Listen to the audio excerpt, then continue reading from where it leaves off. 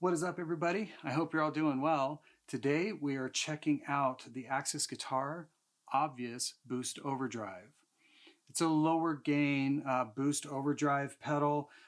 Definitely was designed to hit the front end of, like a Marshall that's maybe a little bit more broken up or even overdriven. And not just a Marshall, pretty much any amp. It was designed to kind of hit that amp. Now, that being said, it has saturation, or is capable of saturation on its own, that sounds really good, and we'll get into how that sounds in the demo.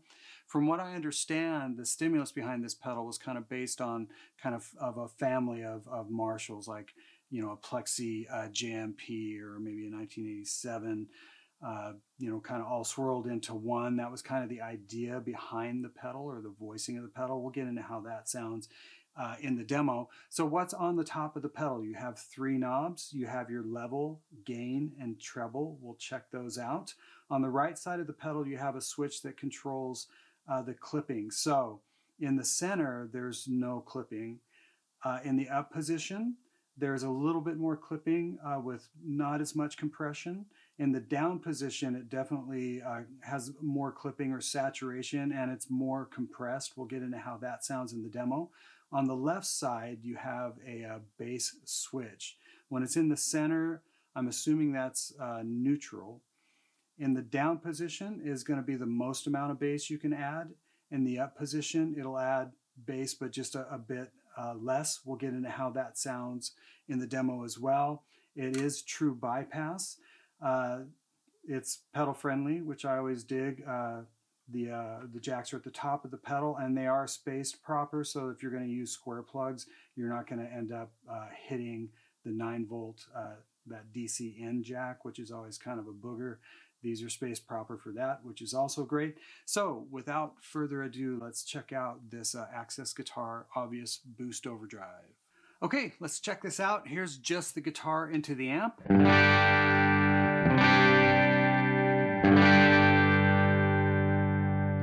Breaking up just ever so slightly. We're going to make the pedal do the rest of the work.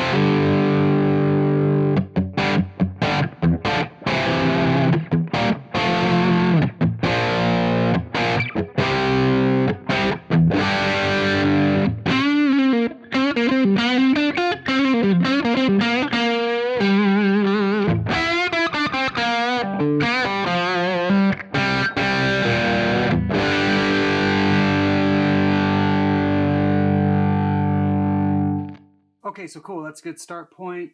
Had the gain dimed. So as I was moving that, I had the gain switch in the second position, which is adding some clipping, but it's less compressed than if it was in the down position or that third position. Let's do this. Let's put the clipping to the center. I'm going to back the gain down, and let's check that out.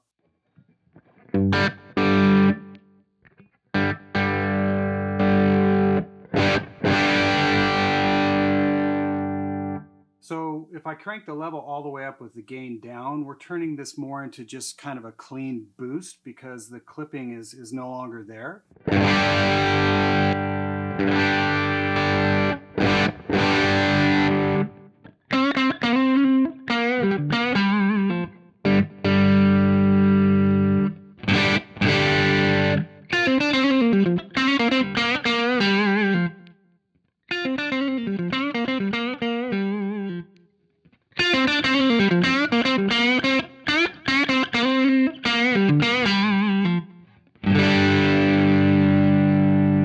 Now, as we turn the gain up, and let's do the treble really quick. Here's the treble off, about midway, and then all the way up.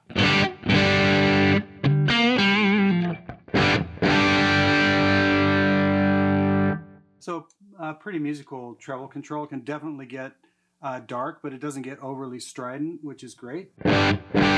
Okay.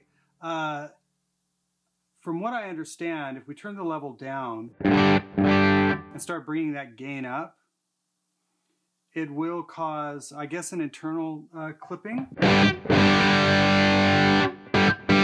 So even though there's not like a clipping circuit engaged because we are in that clean position or no clipping, there's still some internal saturation. That actually sounds really cool to me.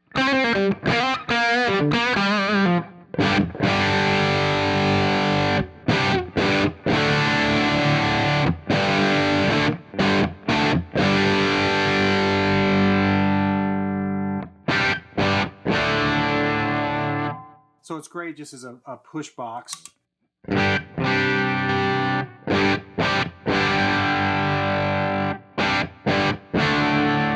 So now I'm going to turn the gain up a bit, maybe try it about right there, and we'll check out the clipping. I'll go from, it's subtle, but it does create a little more saturation and more of kind of a compressed feel. So we're in that center position. I'll throw it down to the bottom position or the third position, which is going to be clipping with a little more compression.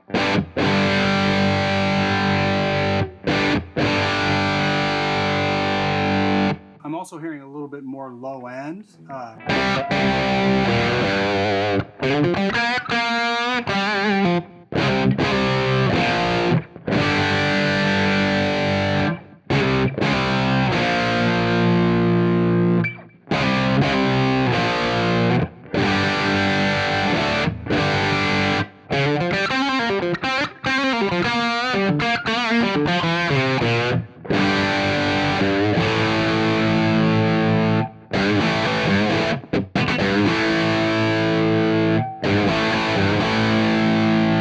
Okay, now we'll go the other way.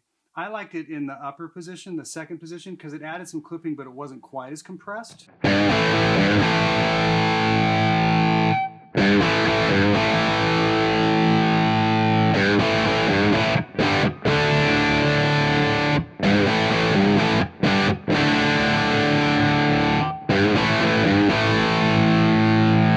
if you add some treble to that,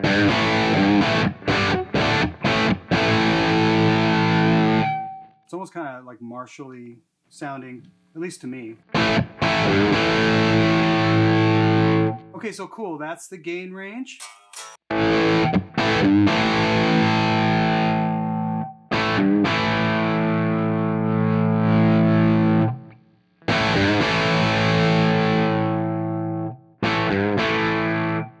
So yeah, that's the full gain range. That's what the clipping switch is doing. Let's just check out the bass on the other side of the pedal. Right now it's in the center, which is where I liked it.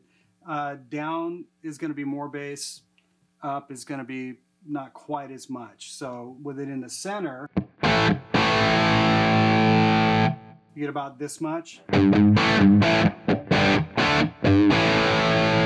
Do it in the upper position, second position. Down position.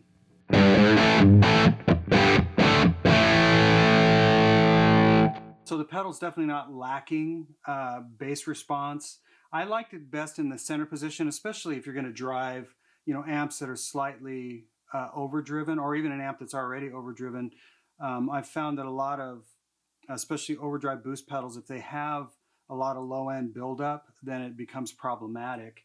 In this case, I like it in the center. I think it's just the right amount of low end. But if you're playing by yourself, or maybe in a trio, you want it to sound bigger.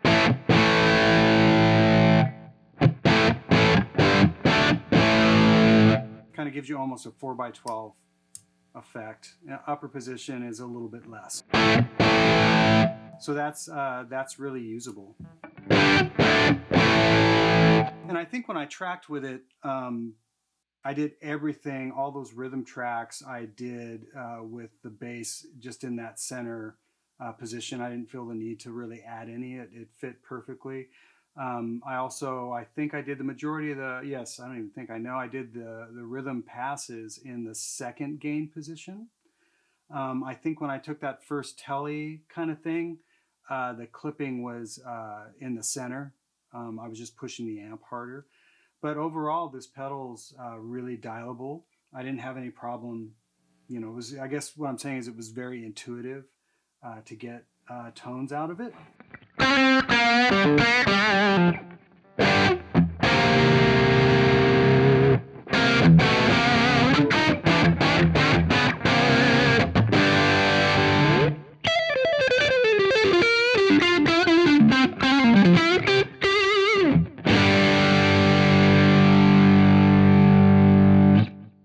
So that is the Axess Guitar Obvious Boost Overdrive. If you've got any other questions about it, I'll put a link below to the site so you can check things out. And as always, I really appreciate you guys watching, and we'll see you next time.